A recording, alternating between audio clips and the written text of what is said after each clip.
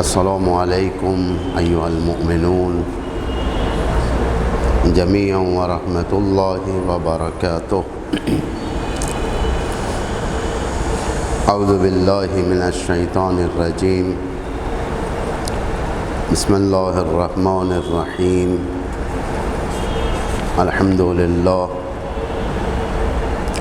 للہ الذی قدرت والسلطان الرافت والامتنان، احمدہ علی تتابع النعم واعوذ بہ من العذاب والنقم۔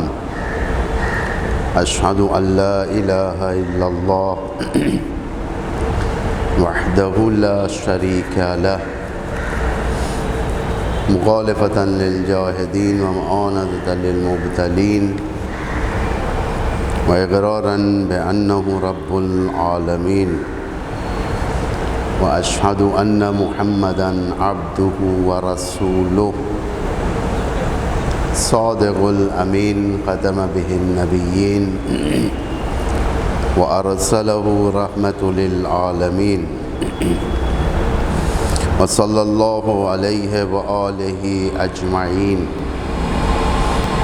فقد أوجب الصلاة عليه وأكرم مثوى لديه وأجمل إحسانه إليه۔ أوصيكم عباد الله ونفسي بتقوى الله۔ توصیہ کرتا ہوں خود کو اور تمام نماز گزاروں کو تقوی الہی کی طرف، اور یہ تقوی ایمان کی مضبوطی کا سبب بنتا ہے، بالخصوص اس آستانے میں جب کہ ہم قدم رکھ رہے ہیں جو خدائی مہینے ہیں، رجب و شعبان و رمضان۔ اس کے لیے بہترین کوشش ان مہینوں کو استقبال کرنے کے لیے ان ایام اور اس میں اعمال کی مضبوطی، اعمال کی کثرت، خدا سے نزدیک ہونا، یہ ماہ رجب اور شعبان کے عبادتوں کے لیے کافی مہم اور کافی اس میں مددگار ثابت ہوتے ہیں۔ اس لیے یہ عمر کو، یہ زندگی کو فرصت سمجھیں، کیونکہ یہ فرصتیں حاصل نہیں ہوتی۔ ماہ رجب و شعبان آ کر گزر کر چلے جاتے ہیں، رمضان گزر جاتا ہے، لیکن خدا نخواستہ ہمارے اندر تبدیلیاں نہ ہوں تو ہمارا وجود،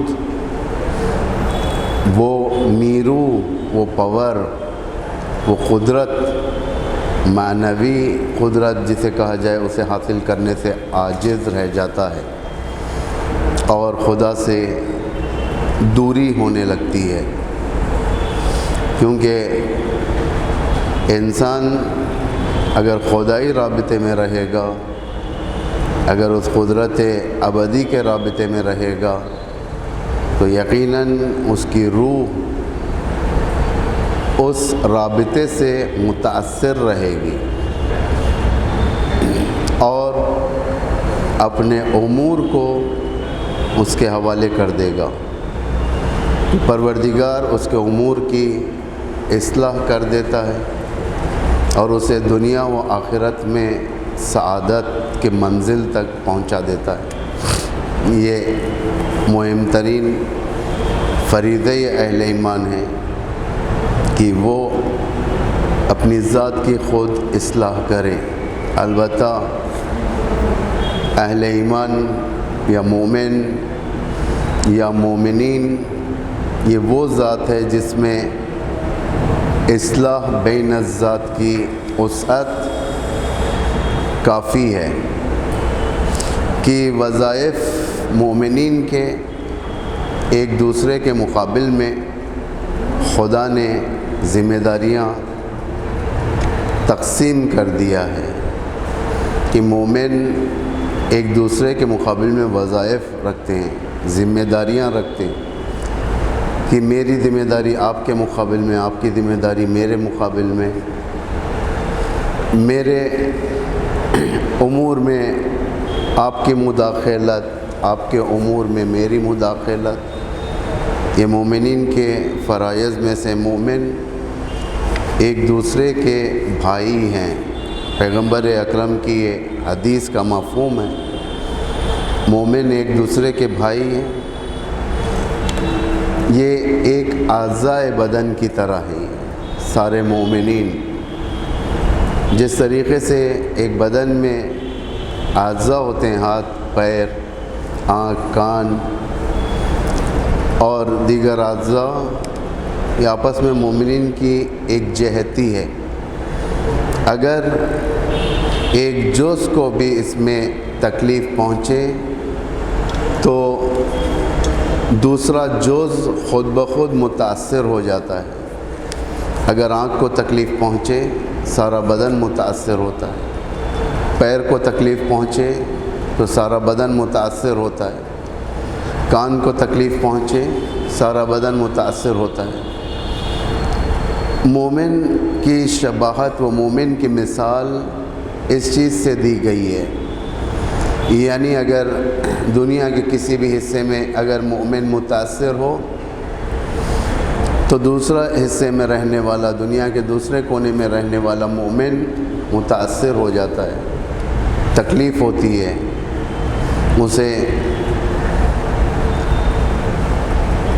اس مومن کا درد اس کے دل کو توڑ دیتا ہے، اسے غمگین کر دیتا ہے۔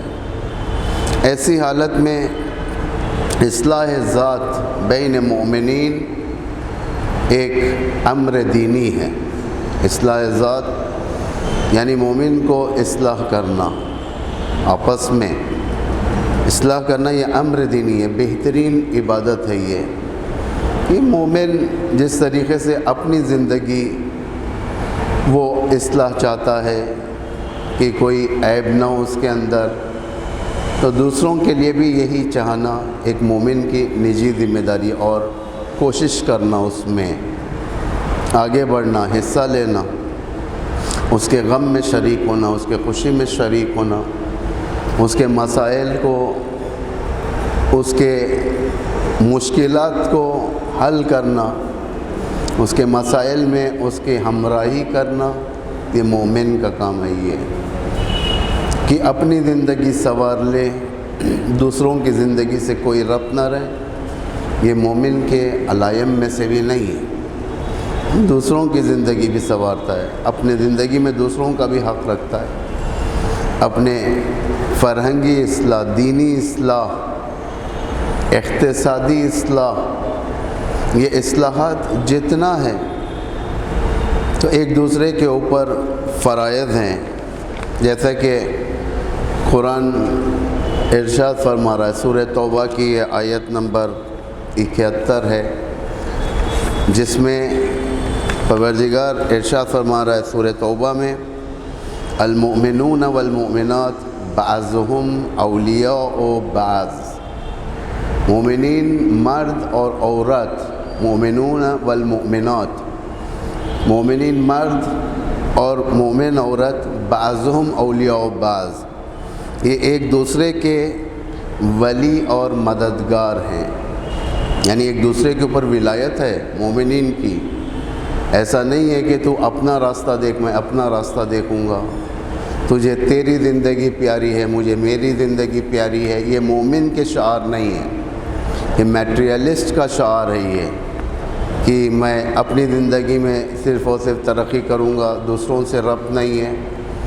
اسلام نے جو پروویژنز رکھے یہاں پر، اس لحاظ سے جو خود اس آیت کے اندر آپ کے سامنے واضح ہو جائے گا کہ کس طریقے سے ہمارے سروں پر ایک دوسرے کی ذمہ داری ہے، صرف اور صرف عبادی مسائل میں نہیں کہ ہم ایک ساتھ نماز پڑھ لیں، ایک ساتھ اجتماع یا کوئی یوں کہا جائے کہ اجتماعی عبادت میں شریک ہو جائے، اعمال میں شریک ہو جائے، دعاؤں میں شریک ہو جائے، یہ صرف اور صرف ایک حصہ ہے اتحاد کا۔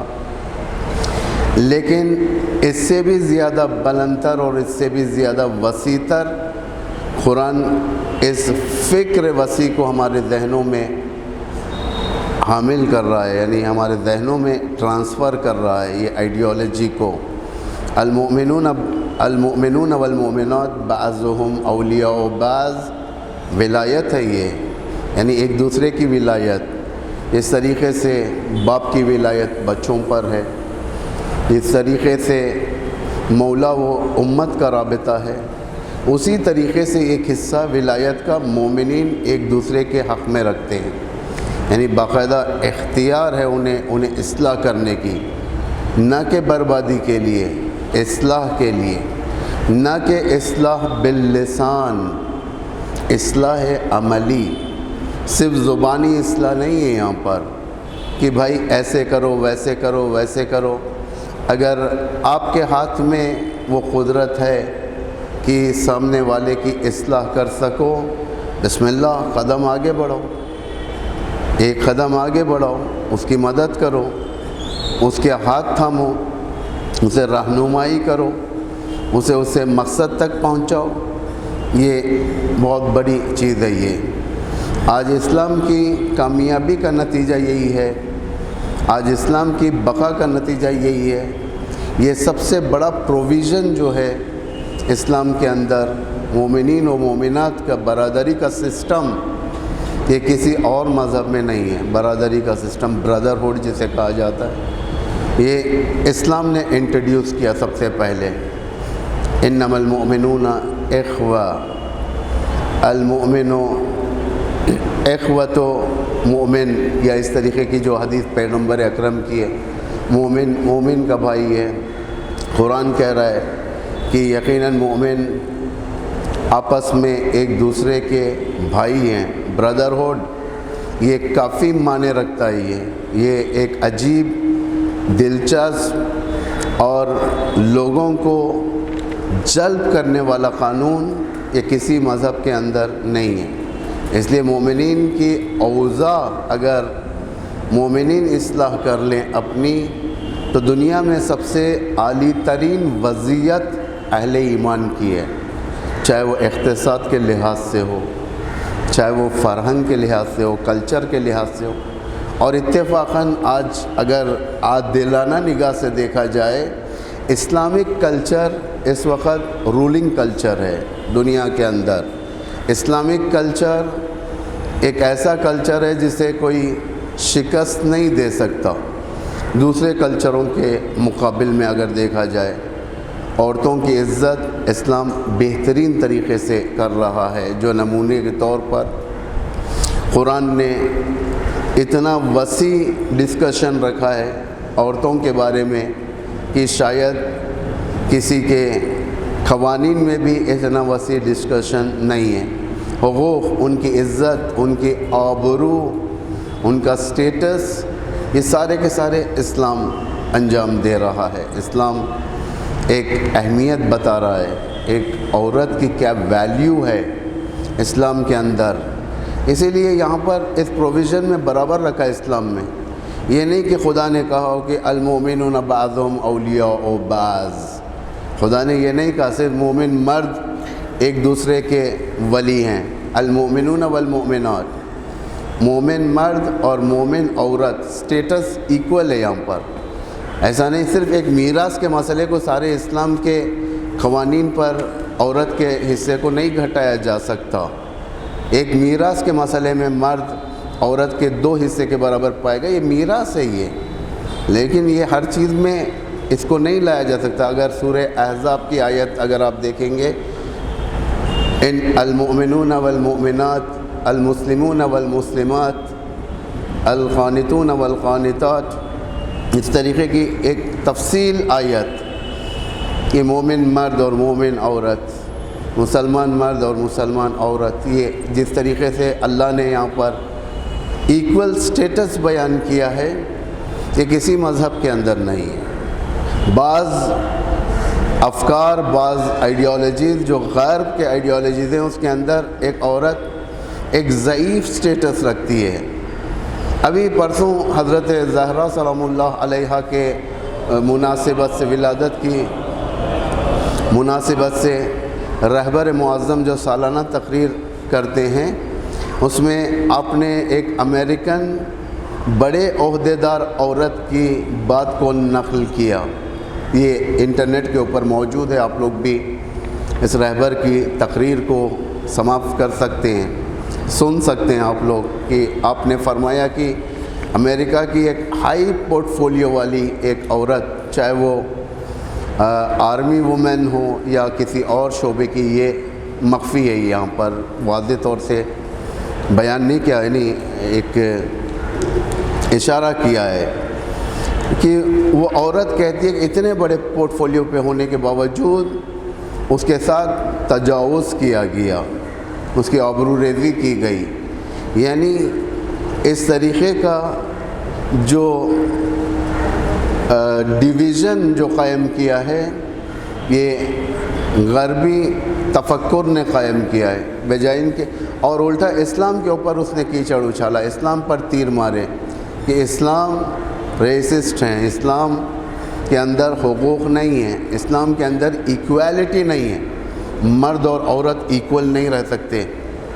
قرآن جبکہ واضح طور سے بیان کر رہا ہے المؤمنین والمؤمنات والمسلمین والمسلمات والصابرین والصابرات، اس طریقے کے سورہ احزاب کی آیت ہے، سورہ احزاب میں میرے خیال سے آیت نمبر 34 ہے، اگر اس میں آپ دیکھا جائے ایک ایکول سٹیٹس اسلام نے یہاں پہ مینٹین کیا۔ اور خود سورہ توبہ کے اندر المؤمنون والمؤمنات، مومن مرد اور مومن عورت، اولیاء بعضهم اولیاء، بعضهم اولیاء و بعض، کہ یہ ایک دوسرے کے ولی، ایک دوسرے کے مددگار ہیں، یعنی میدان عمل میں ہیں، دونوں اس وقت ایک میدان کے اندر ہیں جو ایک دوسرے کی مدد کرتے ہیں۔ ان کا کام کیا ہے؟ یأمرون بالمعروف وینہون عن المنکر۔ سب سے پہلا قانون مومنین اور مومنات کا ایک دوسرے کے مقابل میں یأمرون بالمعروف، معروف ایک وسیع سبجیکٹ ہے، اگر اس کے اوپر گفتگو کیا جائے صرف اور صرف معروف چھوٹی موٹی چیزوں کے لیے نہیں ہے، جیسا بچوں کو دینیات میں پڑھایا جاتا ہے کہ فروع دین 10 ہیں، اول نماز، دوسرا روزہ، تیسرا حج، چوتھا زکوٰۃ، پانچواں خمس، چھٹواں جہاد، ساتواں امر بالمعروف، آٹھواں نہی عن المنکر۔ بچے سے پوچھا جاتا ہے امر بالمعروف کیا ہے، نہی عن المنکر کیا ہے؟ اچھائیوں کی طرف دعوت دینا، برائیوں سے روکنا۔ جتنے اس کے حدود کے اندر اچھائی ہے وہ اسی کو اچھائی سمجھتا ہے، کیونکہ بچہ ہے، اس کا ذہن چھوٹا ہے۔ لیکن امر بالمعروف و نہی عن المنکر، جو امام علی کی جتنی جنگیں تھیں سب اسی کے قیام کے لیے تھی، امر بالمعروف و نہی عن المنکر۔ امر بالمعروف تلوار کے ذریعے سے بھی ہے، امر بالمعروف زبان کے ذریعے سے بھی ہے، امر بالمعروف عمل کے ذریعے سے بھی ہے۔ امر بالمعروف کا کوئی ایک سکول نہیں ہے، ایک مقام نہیں ہے، امر بالمعروف ہر جگہ سے ہے، یعنی منبر پر سے ہے، محراب میں سے ہے، اور سٹیج پر سے ہے، اور دیگر جگہوں پر جہاں جہاں پر بھی رسائی ہو، اچھائی اور برائی کی شناخت ہو، وہاں پر امر بالمعروف ہے۔ بہت سارے لوگ ہوتے ہیں جو امر بالمعروف کرتے ہیں لیکن انہیں خود امر بالمعروف کا مطلب معلوم نہیں ہوتا ہے۔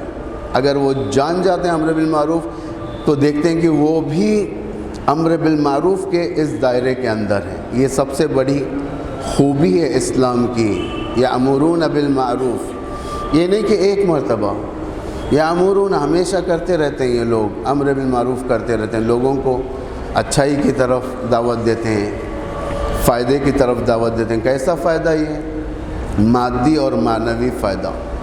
یہ نہیں کہ صرف کہہ دیں بھائی آپ نماز پڑھو، دعا کرو اور اس کے بعد آپ کی مسئلہ حل ہو جائے گا، نہیں، ایسا نہیں ہے۔ صرف نماز پڑھنے سے اور دعا کرنے سے مسئلے اگر حل ہو جاتے تھے تو دنیا آج ایک الگ رخ میں گامزن رہتی تھی. نہیں، پریکٹیکل آنا پڑتا ہے. امر بالمعروف کے لیے، نہی عن المنکر کے لیے دعا سپورٹ کرتی ہے، اللہ مدد کرتا ہے. کیونکہ جب انسان دعا کرتا ہے پروردگار کی بارگاہ میں، خداوند متعال سامنے آتا ہے اس کی دعا کو قبول کرنے کے لیے، بشرطی کہ عمل کا میدان ہو سامنے.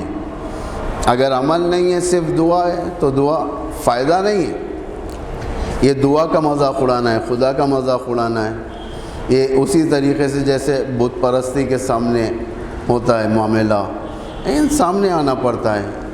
اس کے لیے راستے بنانا پڑتا ہے کہ ایک قوم کو ایجوکیٹ کرنے کے لیے صرف دعا ایجوکیٹ نہیں کرے گی، اسے ایجوکیشن کے لیے باقاعدہ ایجوکیشن کا نظام امپلیمنٹ کرنا پڑتا ہے.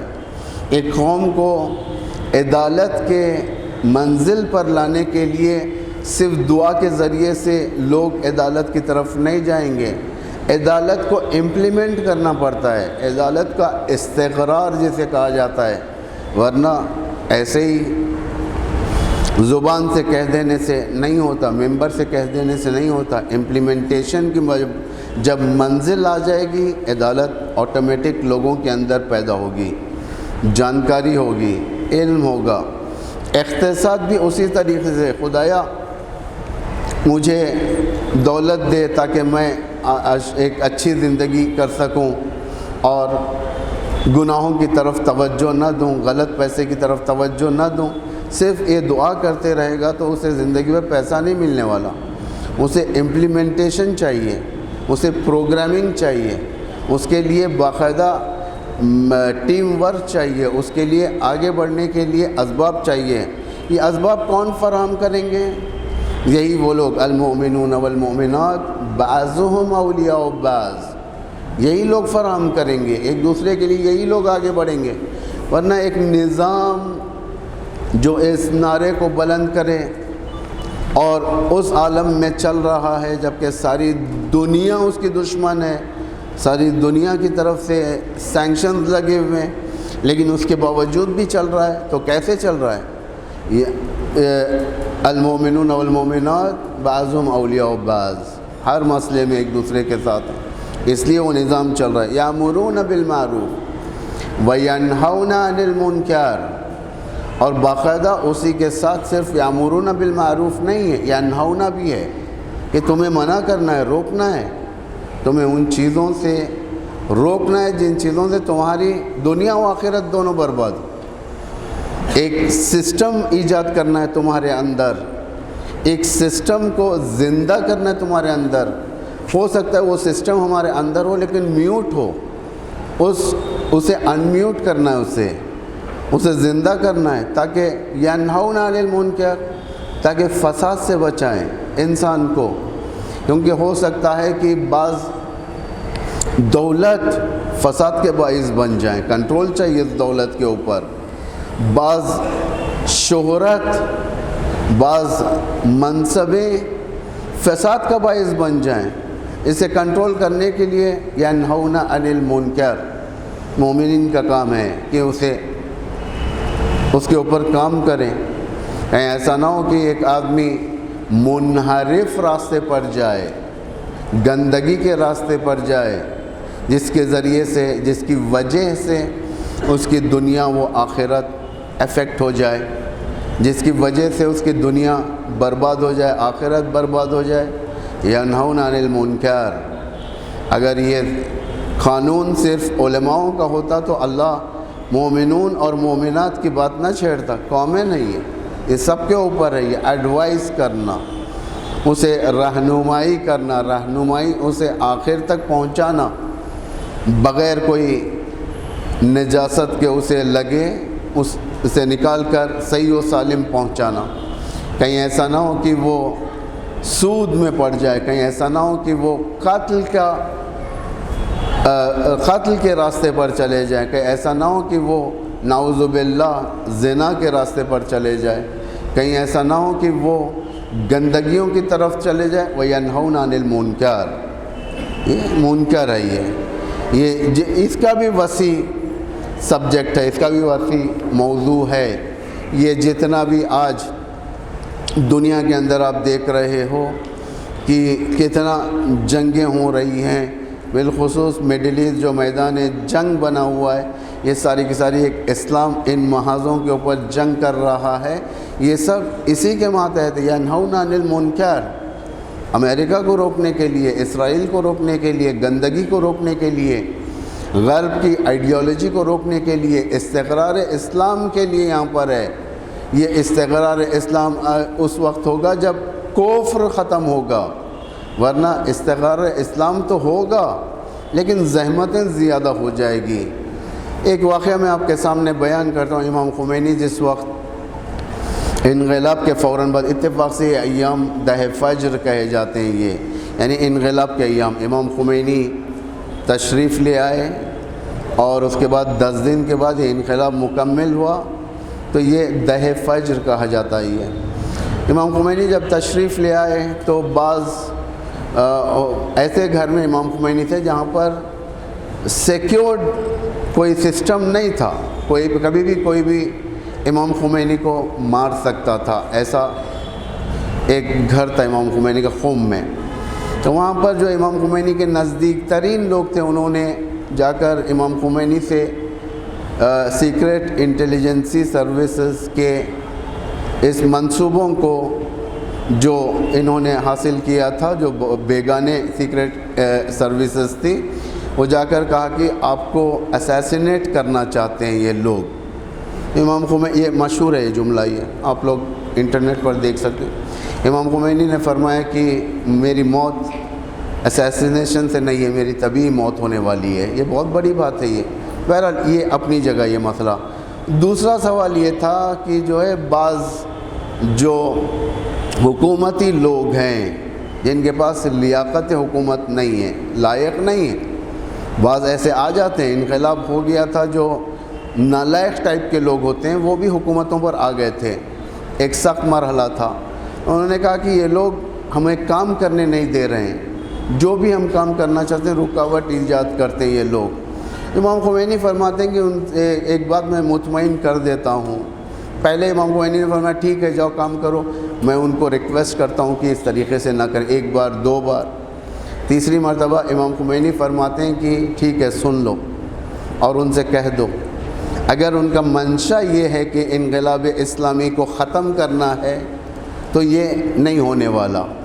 انقلاب اسلامی امام زمانہ کے ہاتھ تک پہنچے گا، یہ پہلی چیز۔ اس کے بعد فرمایا کہ البتہ یہ رکاوٹوں سے ہمارے کام میں دیری ہوگی، ہمیں مشکلات جھیلنے پڑیں گے، لیکن انقلاب کو ختم نہیں کیا جا سکتا۔ یعنی اس طریقے سے لوگ جب آ جاتے ہیں وَيَنْهَا عَنِ الْمُنْكَرِ، کہ انہیں منکرات سے روکنا مومنین کا کام ہے، روکتے ہیں مومنین، انہیں باقاعدہ ان کی نہضتوں کو سٹاپ کرتے ہیں۔ یہ انسانیت کا دستور بن گیا ہے، یہ باقاعدہ ساری دنیا کے اندر یہ انقلاب پروموٹ ہوا، یہ انقلاب ایکسپورٹ ہوا۔ وہ اور بات ہے ہر مذہب خریدار رہا، اسے معلوم ہوا کہ کس طریقے سے ایک انسانی حقوق کی مدافع یعنی دفاع کیسے کیا جائے۔ انقلابات، ورنہ دنیا میں بہت ہیں انقلابات جن کی عمر چھوٹی رہی، بعض انقلابات آگے بڑھے لیکن ماہیت انقلابات ان کی بدل گئی، یعنی انقلاب کا جو رنگ تھا وہ پھیکا پڑ گیا، اور بعض انقلابات ختم ہو گئے، بعض انقلابات اسی نوعیت میں باقی ہیں بلکہ اس سے زیادہ پررنگ تر باقی ہیں، وہ ہے انقلاب اسلامی، اس لیے کہ قرآن کے دستوروں کے اوپر عمل کرنے والا۔ پھر فرمایا وَيُقِيمُونَ الصَّلَاةَ وَيُؤْتُونَ الزَّكَاةَ، نماز قائم کرتے ہیں۔ نماز ایک وسیع مفہوم ہے، نماز باقاعدہ اقامہ کرنا، نماز کو قائم کرتے ہیں، ایسے جماعت کے ساتھ مسجدوں کو آباد کرتے ہیں اور باقاعدہ اپنی ایک آئیڈینٹی کی حفاظت کرتے ہیں۔ نماز ہماری آئیڈینٹی ہے کہ ہم اس کے ذریعے سے ثابت کرتے ہیں کہ ہم اہل ایمان میں سے۔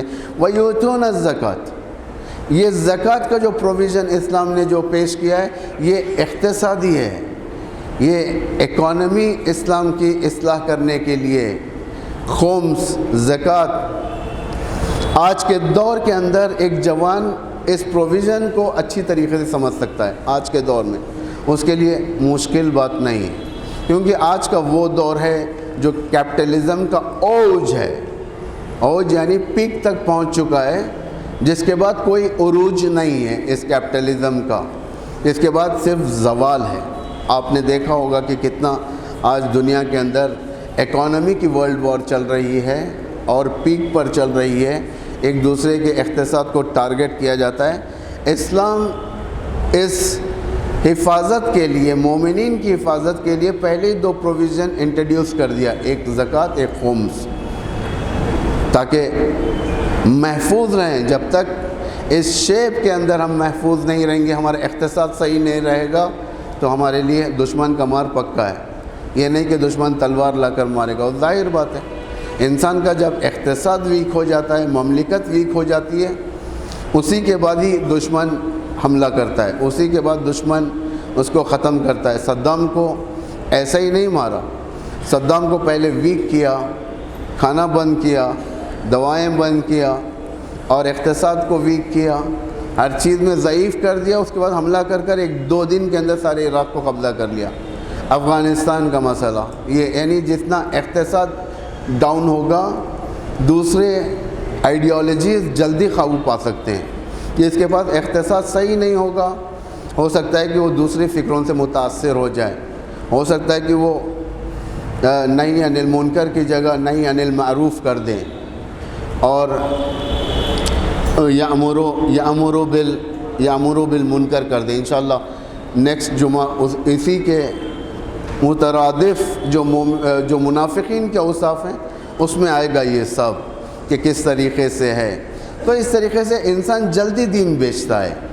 امام علی علیہ السلام خود نہج البلاغہ میں فرماتے ہیں کہ اذا بخل الجواد بائی الدین بالدنیا، الفقیر بائی الدین بالدنیا، جیسے ہی یعنی ایک امیر آدمی بخل کرے گا، کنجوسی کرے گا، غریب اپنے دین کو دنیا کے عوض بیچ دے گا، کیونکہ دین سے کوئی لذت نہیں ملے گی، اسے دنیا چاہیے، اسے روٹی چاہیے، اسے کپڑا چاہیے، اسے اسباب چاہیے دنیا داری کے لیے، کیونکہ ہر ایک کا نیاز مند ہے۔ یہ نہیں کہ ایک انسان امامے میں ہے، خبے میں ہے تو اسے دنیا نہیں چاہیے، دنیا ہر ایک کو چاہیے دنیا، لیکن جائز طریقے سے ہو۔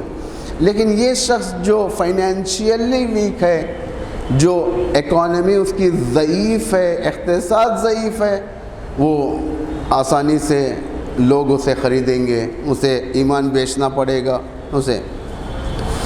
اس کے بعد جب یہ چیزیں ہوتی ہیں، اور مومنین کے اوصاف میں سے ایک صفت یہ ہے کہ وَيُطِيعُونَ اللَّهَ وَرَسُولَهُ، کہ وہ اللہ اور اس کے رسول کی اطاعت کرتے ہیں۔ مومنین چھوٹی موٹی فکر نہیں ہے اہل ایمان کی، اہل ایمان کافی وسیع، اللہ اور رسول کی اطاعت۔ یہ جبہہ، یہ کیمپ، جبکہ جس کے اندر صرف اور صرف ویسٹ کی بات ہوتی ہے، ایسٹ کی بات ہوتی ہے، یہ کیمپ جس کے اندر پیسوں کی بات ہوتی ہے، یہ کیمپ جس کے اندر سپر پاور کی بات ہوتی ہے، ٹرمپ کی، اوباما کی، بائیڈن کی بات ہوتی ہے، یہ کیمپ جس کے اندر کوئین الزبتھ کی بات ہوتی ہے، یعنی اس دنیا کے اندر ایسے موقع پر قرآن بولتا ہے کہ مومنین ان لوگوں کی اطاعت نہیں، یطیعون اللہ ورسولہ، یہ سب سے بڑی بات ہے یہ، اور گہری فکر ہے اس مطلب کے اندر کہ اس عالم میں مومنین ان کی بات نہیں سنیں گے، جبکہ ساری دنیا سنے گی، ان کی بات سنے گی، ساری دنیا ان کے سامنے